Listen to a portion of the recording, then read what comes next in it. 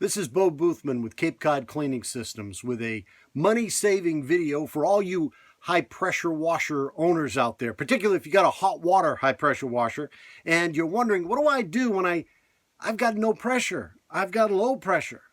What do I need to do? Well, before you pick up that phone and give us a call, I want to try to save you that service call by having you check just three simple things.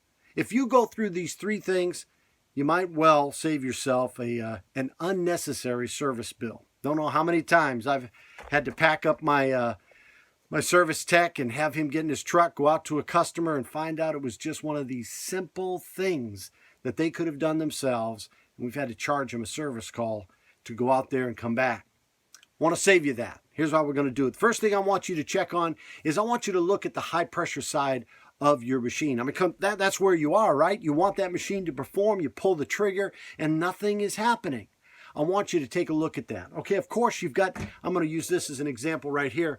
We've got a high pressure gun and a variable wand and a nozzle here. And this is on that high pressure end of things. And what I want you to test right away is I want you to take your nozzle out and just go ahead and pull the trigger and make sure that you got good flow that's coming out of the machine.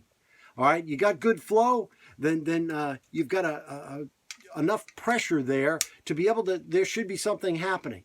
So if you were getting no pressure and but you got good flow, we can zero in on that. But there's one problem, especially with those people that have got this variable pressure wand, very popular on a lot of machines today.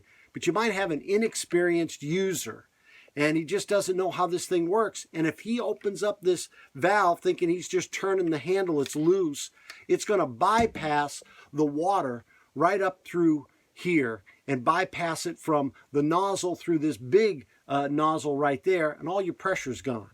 So just make sure that you have full pressure. That thing is all the way up and you've got full pressure. Now, if you got full pressure, you've taken the nozzle out and you've got plenty of water flow, then what could be the problem? The problem is going to be your nozzle. All right? Your nozzle should be able to, you should be able to see right through that. I'm going to show that up. See that little hole right in there? You should be able to see that hole right through there. If you can't, and that thing is plugged up, there goes your pressure. Or if it is just restricted in any way, there goes your pressure. Now, sometimes you can just take that nozzle and just bang it like this and get the little piece of debris or whatever that's clogging it up out of it, put it back in and it'll work. But sometimes the nozzle can get downright messed up from banging it around and so forth, and it gets all plugged up, something like this, and there's no way. You're not going to see anything through that nozzle, and there's nothing that's going to come out. What you need to do, you got to change that nozzle at that point. You have to change the nozzle, but let me warn you, when you go and change this nozzle out and put another one in, you need to make sure that the numbers that are on the side match up.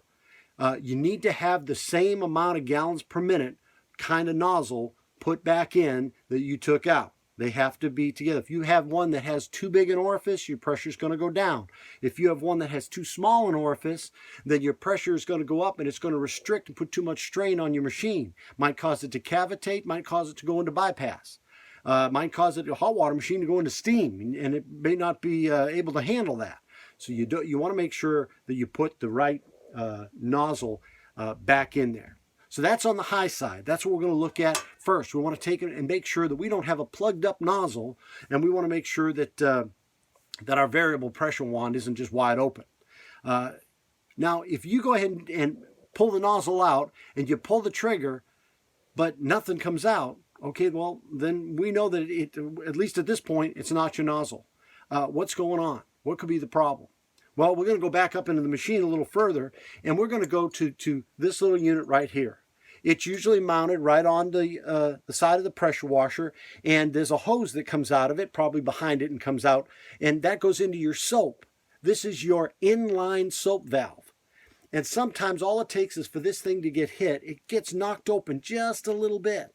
And when it gets knocked open, the hose, if it's not in any soap, then what it ends up doing is it ends up sucking air into the high side of the machine, and there goes your pressure, just dropping down.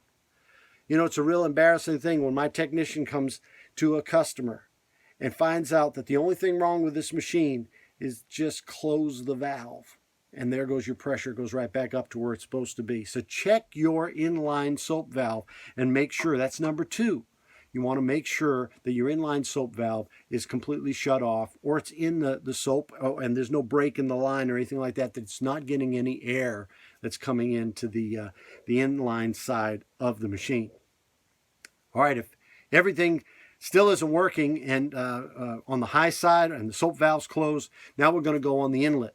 Want to find out and make sure that everything's okay with the water coming in and feeding your machine. Number 1, make sure that the spigot is turned on.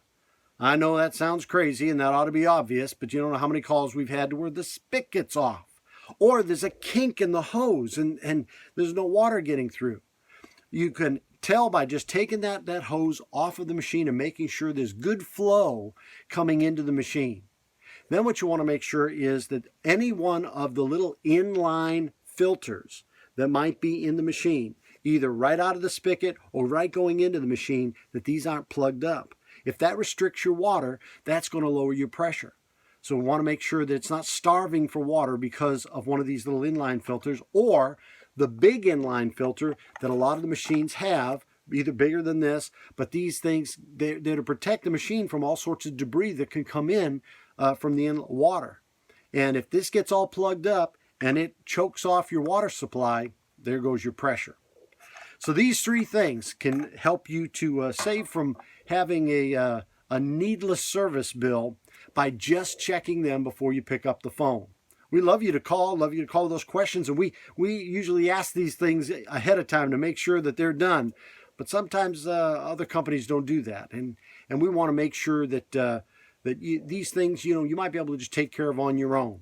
Hope this has been helpful. Remember, you want to go to the high side and make sure your nozzle is not plugged up. You want to make sure that you've got good flow there. You want to make sure that if you have a variable pressure wand, that variable pressure wand is all the way to full pressure. Then you want to make sure, number 2, that soap valve isn't cracked open. And number 3, you want to go to your inlet water, make sure you got plenty of inlet water supply. Want to make sure that your filters are clear, and want to make sure that your inline filter especially, that there's no debris, that's fully cleared out.